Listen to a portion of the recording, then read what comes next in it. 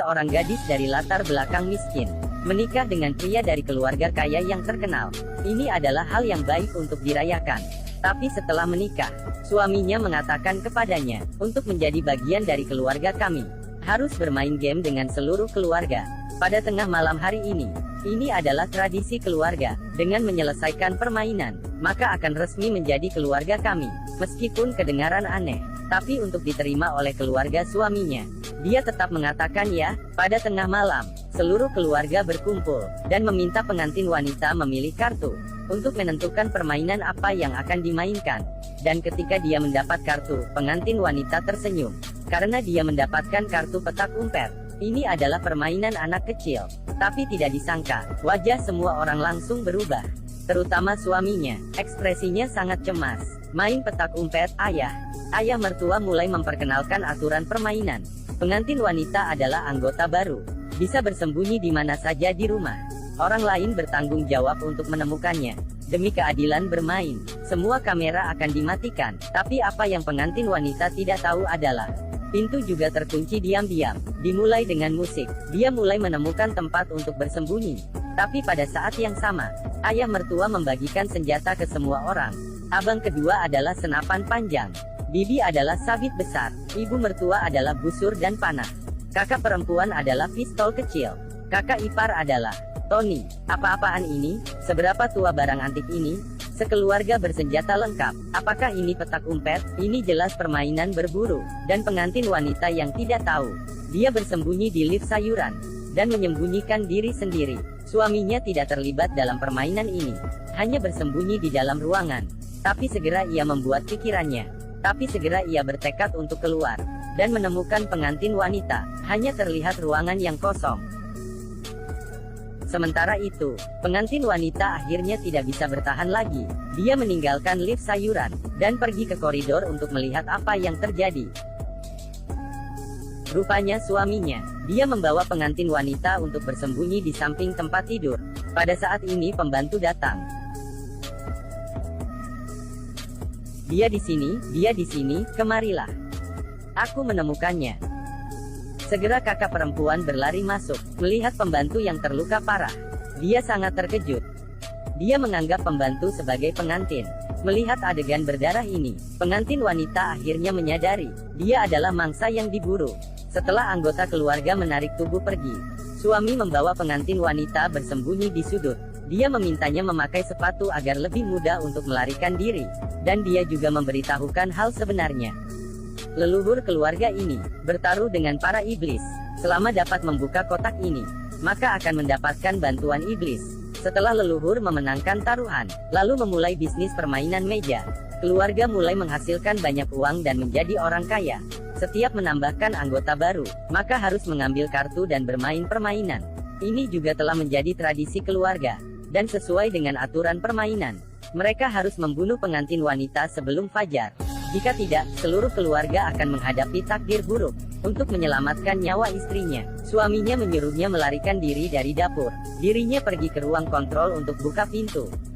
Pengantin wanita merobek gaunnya dan bersiap untuk melarikan diri.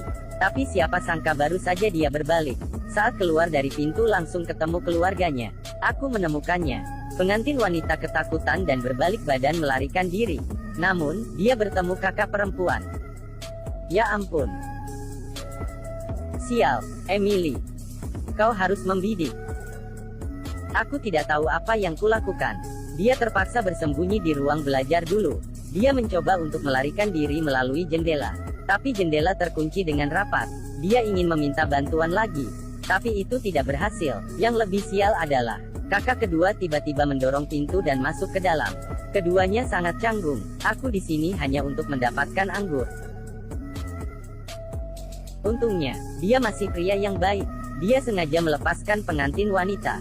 Setelah mengkonfirmasi dia telah berlari jauh. Dia sedang di ruang belajar. Saat orang lain datang, tentu saja tidak ada siapapun. Sementara itu, pengantin wanita akhirnya menemukan senjata. Dia melepas pelurunya, dan digantungkan di tubuhnya. Kemudian dia mengambil senapan. Mulai sekarang, dia tidak akan duduk dan menunggu. Sepasang sepatu kanvas rusak, gaun pengantin yang robek dari bagian bawah, ditambah beberapa senapan. Ini pengantin paling keren malam ini. Gadis itu menemukan dapur, tapi lihat bahwa pintu belum dibuka. Dia mengambil senapan, dan ingin mendobrak kunci pintu. Tapi tidak ada peluru di pistol. Kemudian, pembantu rumah pergi ke dapur. Dia bersembunyi dalam ketakutan di sudut. Dengan hati-hati dia mengisi peluru senapan. Pembantu rumah tiba-tiba menyanyikan lagu.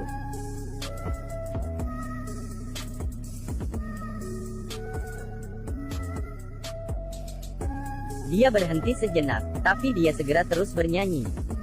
Sang suami kebetulan membuka pintu. Pintu dapur terbuka karena dikontrol. Pembantu rumah berjalan untuk memeriksa situasi. Pengantin wanita mengambil kesempatan untuk mengangkat pistolnya. Minggir, pembantu rumah berbalik dengan santai. Anehnya, dia tampaknya tidak takut sama sekali. Pengantin wanita mengambil keluar pistolnya, lalu menarik pelatupnya. Peluru itu hanya pameran. Kau pikir aku benar-benar bodoh? Pembantu rumah tangga menyerang dalam kemarahan. Pengantin wanita mengambil kesempatan untuk melarikan diri. Di sisi suaminya, dia menghancurkan pemantauan, mencegah anggota keluarga menemukan pengantin wanita, tapi dipukul pingsan oleh ayahnya, dan diikat ke tempat tidur. Sementara itu, pengantin wanita ingin kembali ke ruangan, dan bersembunyi di lift sayuran. Tapi ada seorang pembantu bersembunyi di sini. Karena menyaksikan pembunuhan temannya, dia sangat takut sekarang. Mari kita mengubah posisi kita, oke? Mereka sedang mencariku, tidak mencarimu. Ayo keluar. Dia di sini. Dalam kepanikan, pembantu menyalakan lift. Kebetulan tubuhnya terjebak. Sampai akhirnya, dia tersangkut hingga mati. Pengantin wanita segera melarikan diri. Kemudian bersembunyi di luar jendela. Lalu dia melompat keluar dari jendela. Dan jatuh ke rumput di luar rumah. Dia mulai berlari untuk hidupnya, dan mencari jalan keluar untuk melarikan diri. Dalam kepanikan, dia berlari ke kandang domba, dan kebetulan bertemu anak kakak pertama. Dia ingin mencoba menenangkannya, tapi tidak disangka anak itu mengeluarkan pistolnya. Usia muda sudah sangat kejam. Pengantin wanita menjatuhkannya dengan satu pukulan. Baru saja mengambil senter.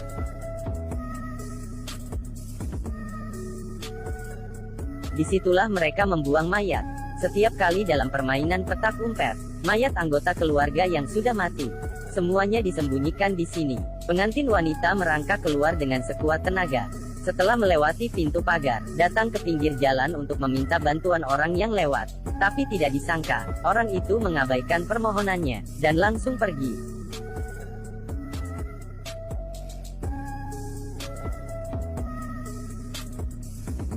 Orang kaya sialan. Kemudian pembantu rumah tangga mengejarnya. Pengantin wanita segera melarikan diri. Tidak butuh waktu lama, dia tertangkap oleh pembantu rumah tangga. Tapi dia mencekik lehernya dengan ikat pinggang.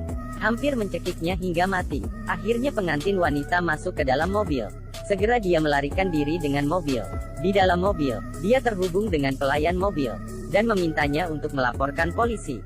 Tapi tak disangka, sisi ini menunjukkan bahwa mobil dilaporkan dicuri. Maaf, aku harus menghentikan mobil. Tidak, apa kau sedang bercanda? Mobil itu berhenti secara otomatis. Segera pembantu rumah tangga juga mengejarnya. Dia menembakkan obat bius ke pengantin wanita. Saat dia terbangun lagi, dia melihat pembantu rumah tangga sedang mengemudi, dan membawanya kembali ke rumah itu. Tapi pembantu rumah tangga ini terlalu gila. Dia mendengarkan musik dengan kuat. Dia tidak menyadari sama sekali. Pengantin wanita mencoba menyerangnya diam-diam. Meskipun sekeluarga menemukan keanehan dalam panggilan video, dan memberitahunya dengan keras, "Matikan musikmu, bodoh." Tapi musiknya terlalu keras. Pembantu rumah tangga tidak bisa mendengarkan teriakan mereka. Pengantin wanita mengambil kesempatan untuk menendangnya. Dengan keras dia menendangnya.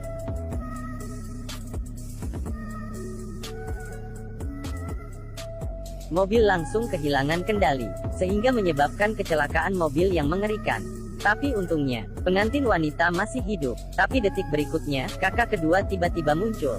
Untuk melestarikan adat keluarga, dia terpaksa memukul pengantin wanita hingga pingsan. Ketika dia bangun kembali, dia menemukan bahwa mimpi buruk baru saja dimulai. Pengantin wanita diikat kaki dan tangan, dan berbaring di altar. Ini bukan hanya permainan berburu, tapi untuk memenuhi perjanjian iblis. dan upacara pengorbanan. Mereka harus membunuh pengantin wanita sebelum fajar, mengorbankan setan dengan darah. Jika tidak, seluruh keluarga akan mati.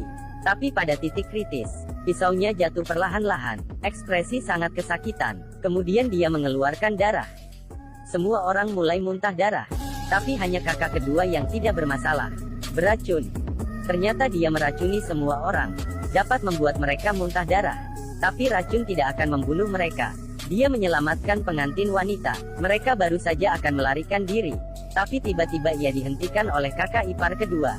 Dia meminta suaminya menyingkir. Tapi dia menolak. Anda benar-benar tidak peduli tentang hidupku. Saat kakak ipar kedua masih terdiam, pengantin wanita bergegas merebut pistolnya, lalu menjatuhkannya. Kemudian dia terus melarikan diri. Tapi kebetulan bertemu ayah mertua. Tapi setelah melalui malam ini, dia sudah sangat akrab untuk berkelahi. Dalam sekejap dia mengalahkannya. Namun setelah menghabisi ayah mertuanya, ibu mertua kembali muncul. Pertempuran ibu mertua dipentaskan secara tragis. Tapi saat penting, pengantin wanita berhasil menjatuhkannya lagi. Aku akan membunuh seluruh keluargamu. Sementara itu, suaminya akhirnya melarikan diri dari kamar. Saat melihat kakak kedua yang terjatuh karena terluka parah, dia mengira itu dilakukan oleh pengantin wanita. Lalu dia melihat pengantin wanita membunuh ibunya. Melihat istrinya, tangan bernoda darah dari orang yang dicintai, dia akhirnya berbalik melawannya pada menit terakhir. Dia di sini.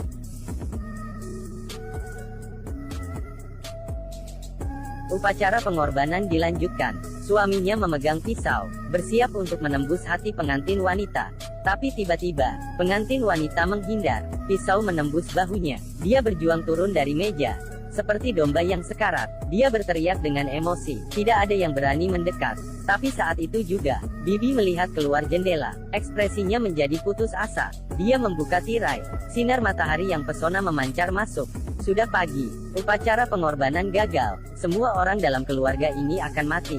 Tapi hal yang aneh adalah, kematian yang diharapkan tidak datang. Semua orang menatap canggung satu sama lain.